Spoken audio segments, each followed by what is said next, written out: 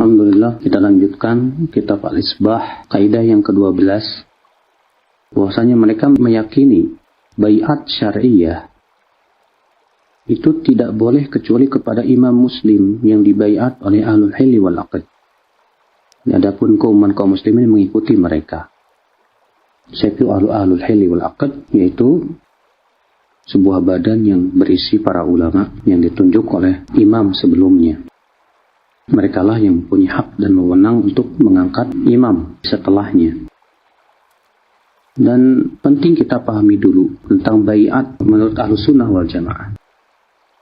Syekhul Islam Taimiyah rahimahullah dalam kitab Minhajus Sunnah di jilid 1 halaman 527 berkata, maksud yang diinginkan dari kepemimpinan itu imamah, itu hanyalah bisa terhasilkan dengan kudrah, kemampuan, dan sultan, itu kekuasaan. Apabila ia dibaiat dengan sebuah baiat yang terhasilkan dengannya al-qudrah, itu kemampuan untuk menjalankan siasah syariah dan kekuasaan, jadilah ia seorang imam. Artinya bahwa yang berhak dibaiat itu adalah mereka yang mempunyai dua syarat ini. Yang pertama al-qudrah, kemampuan. Kemampuan apa? Itu untuk menegakkan siasah syariah. Yang kedua, sultan, kekuasaan.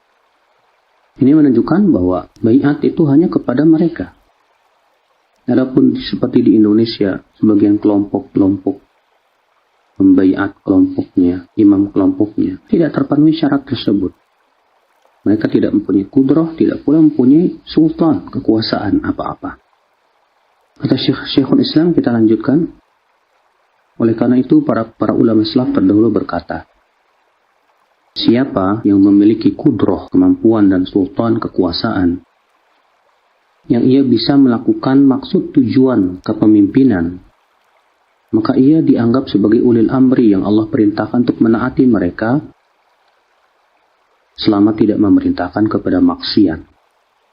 Jadi hakikat imam atau pemimpin ulil amri itu adalah kekuasaan dan kerajaan. Maksudnya kerajaan di sini artinya dia pemilik negara, pemegang negara. Dan kerajaan itu tidak menjadi raja dengan hanya sebatas kesepakatan satu orang atau dua orang atau empat orang. Kecuali kalau kesepakatan 2, 3, 4 ini disepakati oleh seluruhnya selain mereka.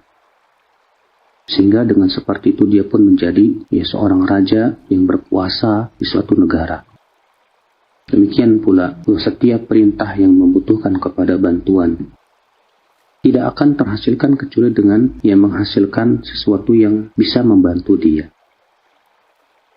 Maksud beliau bahwa artinya kekuasaan dan kudrah inilah syarat seseorang itu boleh dibaiat.